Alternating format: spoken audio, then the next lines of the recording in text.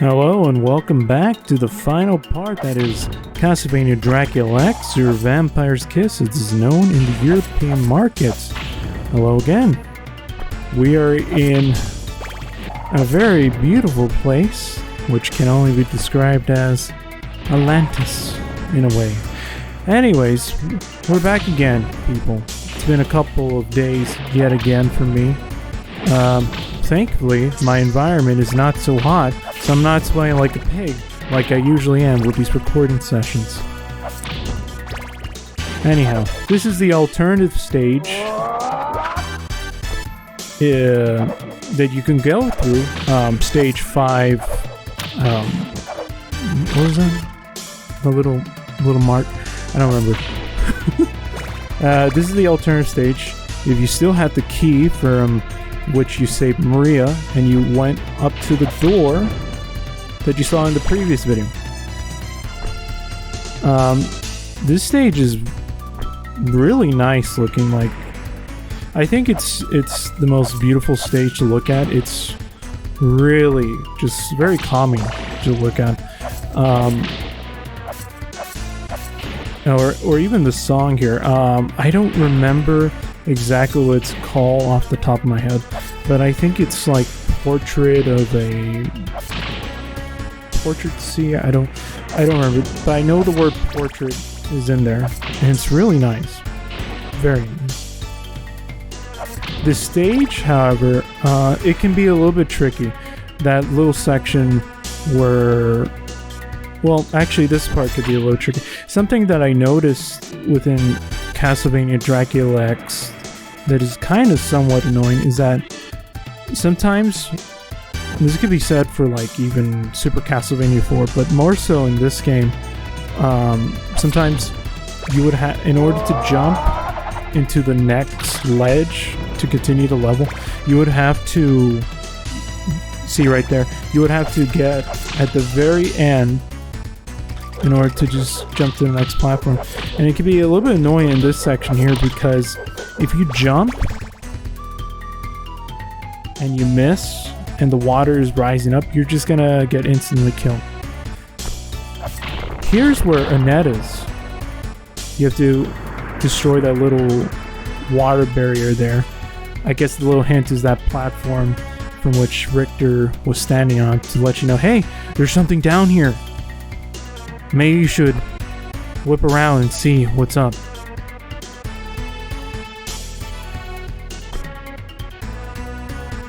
Here's Annet. Oh, Richter, my love. I knew you would come rescue me. Please me. Annet, no, this is a kid's game. I'm walking away now. Alright, well, we're back here. Was that good humor? I don't know. I don't know what's good humor. I'm actually too chill right now to attempt good humor, but I'm here, people. We're here. I don't know. I think that's a good thing. I mean, think about it. If you're commentary, should you not? You should. I think you should have a mix between being fun and just relaxing, right? I mean, that would make sense. However, I'm too relaxed. I feel really sleepy at this moment, but that's okay. Like, even here, like, wow, it's amazing that the Super Nintendo was able to do this back in the day. That's kind of crazy if you think about it. Look at that. The waterfalls, the little dragon head there, even the pillars in the background, or the pillar in the foreground. It's just very amazing, you know?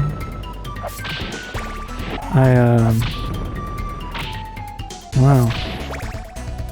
Anyways, we're reaching the next boss right after Richter jumps on this platform here.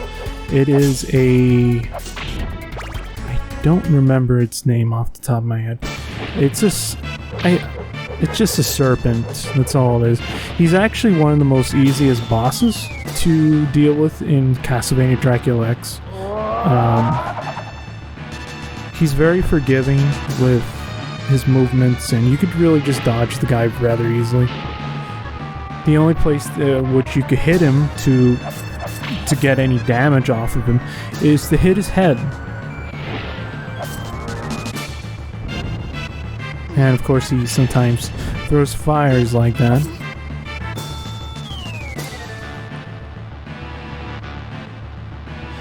It's interesting because Castlevania Dracula X, kind of like Castlevania 3. Castlevania 3, I really like the beginning, but the later stages are particularly difficult to deal with. It's interesting because in Castlevania Dracula X, this is my second time playing this game, and with all the experience I've had with the previous Castlevania games, this is pretty nice. It's actually not that bad, and it's sort of a contradiction because I think I said it in the first or the second part. I don't remember. I think I said, this is like my least favorite in terms of classic Castlevania. Ignoring the Game Boy games because I don't even count those. Those are, if they feel incomplete, especially the first one. Ooh! Oh yeah. Oh yeah, this is a great theme right here. Beginnings. Oh, what do you know? Let's talk about Castlevania 3, and now you're hearing Castlevania 3 music. Or at least it came originally from Castlevania 3. So good. So good.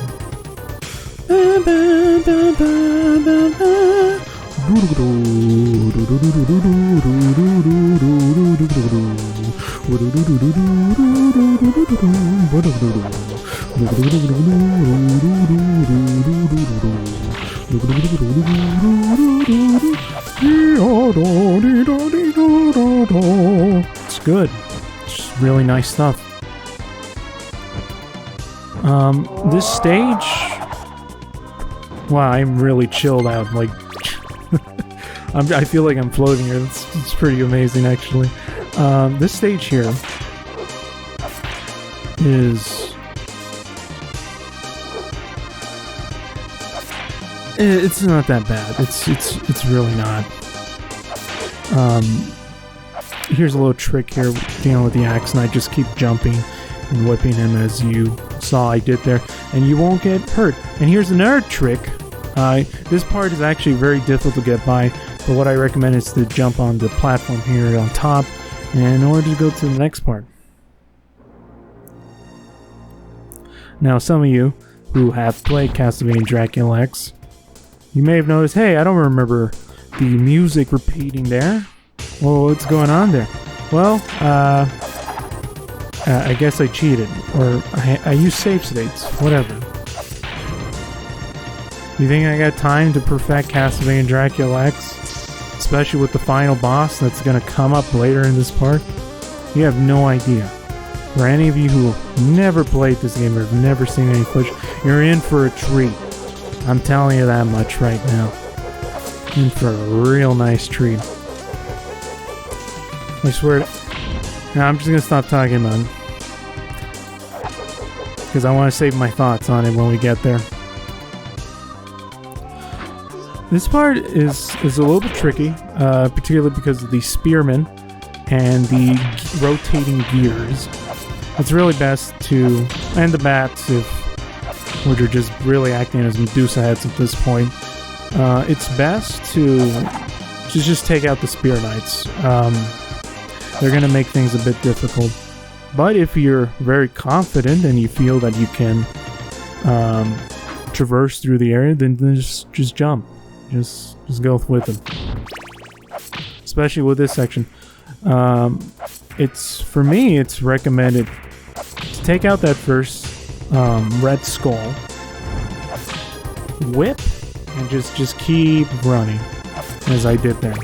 And keep whipping with the axe knight here, so that you won't get hit and maybe fall off the platform there.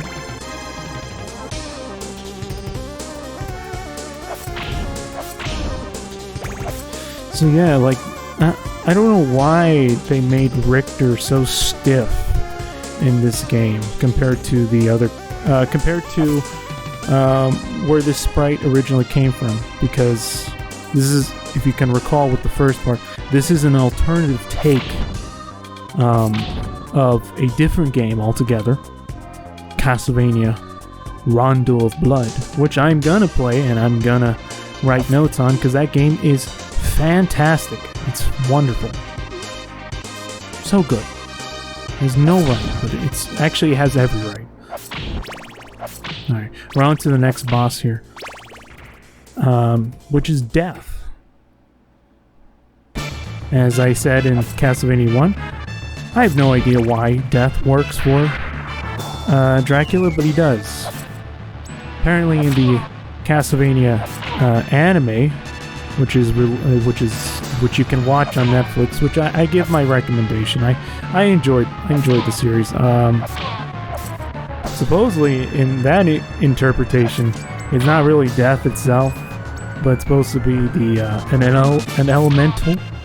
an element that's supposed to be representation of death. Sure, fine, whatever. If you want to make more sense, but honestly, I think I just would like to prefer to think of it as, hey, you're actually fighting death itself. The guy who can take your life at any moment. You're fighting against death. I mean, isn't that a cooler concept than an element? Like, who cares? Like, oh, you're a representation of death? Yeah, alright, whatever.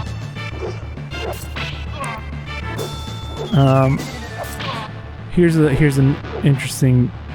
Here's something to note. If you do not save Annet, you're gonna fight a different boss altogether at the clock tower here. You're gonna fight... Her name is Carmilla, and I think the Carmilla fight's much more interesting than the Death fight, but, you know, this is a saving Annet and Maria playthrough, so we're here. And we're on. We are on to the final stage. Yeah, stage 7. It's a short game. And like Castlevania 3, there's some branch patches, but paths. But we're here. Stage 7.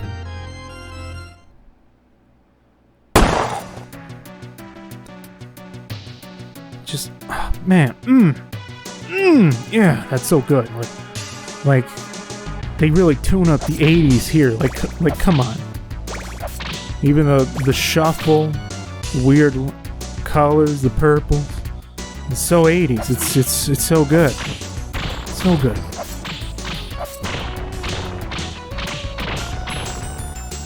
The electric guitar for the music here. This stage is pretty short because the majority of your time once you get through the stage is gonna be with Count Dracula. Thankfully, like most classic Castlevania games, once you reach Count Dracula, once you get a game over, you're not gonna start the stage. I think. I don't remember, to be honest here. I don't remember, but I think it applies here as well. And there's a good reason. I'm gonna hold my thoughts here. The hardest part. Oh, there's two difficult parts here. This section here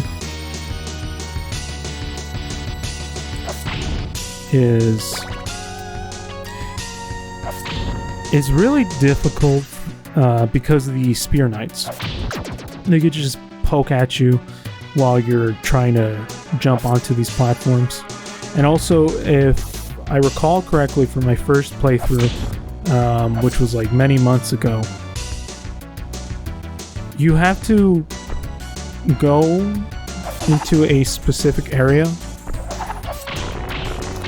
and if you go into one of these passageways, it leads you to a different place that isn't helpful. If that makes sense. It's hard because I didn't record that section. And here's the other difficult part. It's really recommended that, like with any other Castlevania games, and like what I said in Castlevania 3, look in one direction As you can see there, I died because I turned around and the Medusa had spawned behind me and was able to hit me.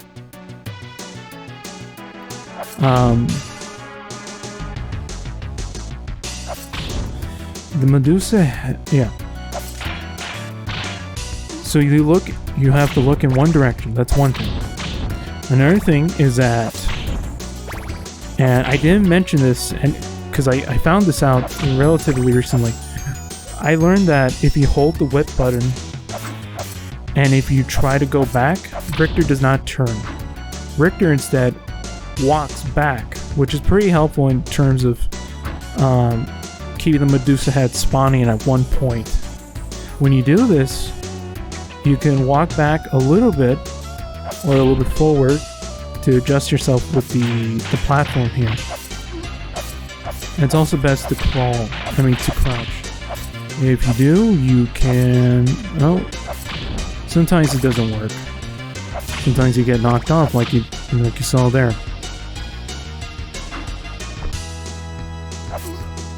Well, there's more.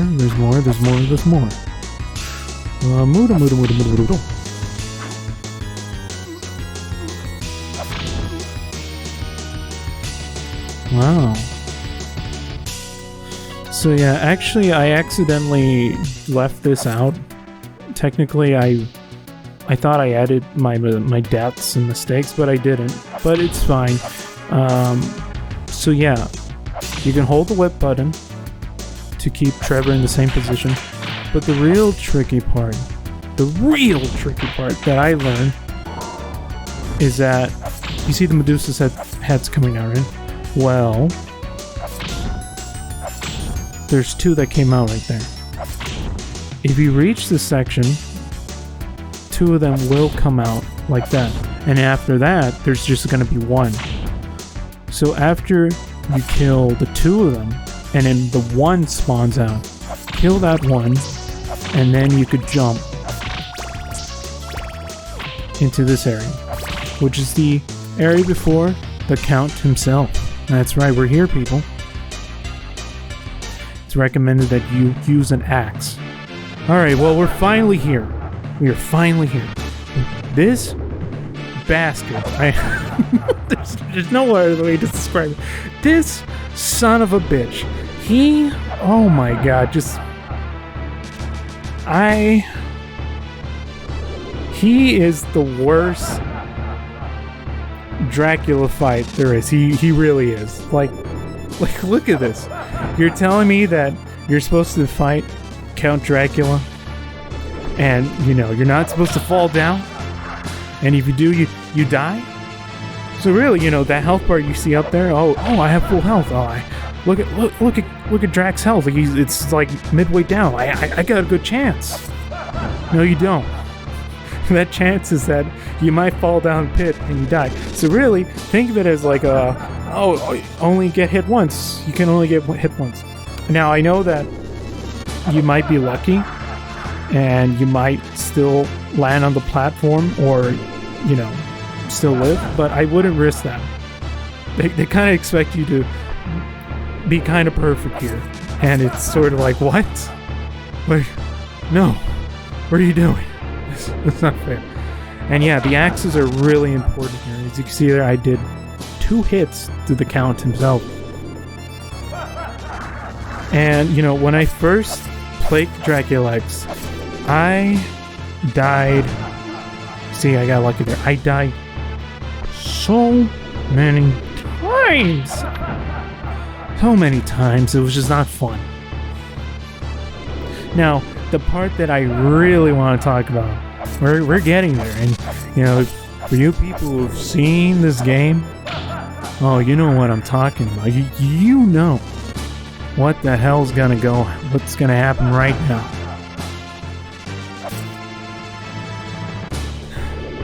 As for the strategy of Count here, I suggest that you stay on the middle section here and just hope that he spawns, because okay, here we are. This Speedo demon just, after all that, palm sweat. All the things you've been through. You gotta deal with this guy. And you know what? I got really lucky. I got really lucky that he did not knock me over. And I was able to kill him. But you know what? I made it look really easy here. But it's not fun when you had to try 40 times just to get here. And then you're like, oh, I killed the count. I'm done. And then your naivete is like, wait a second, this is Castlevania. He has to have a second form, right? No. This was too difficult. They gotta give me a chance, right? And then you see that Speedo demon. And you're like, okay, well, shit. I guess I gotta try some more again. So yeah. That was Castlevania Dracula X. What's your reward for saving Annet and Maria in this game? Just this. That's all you get. You just get a picture of Annet holding Richter, and Maria's like, ooh, how romantic, but I'm not supposed to see. Ooh. Like, yeah, that's all you get, really.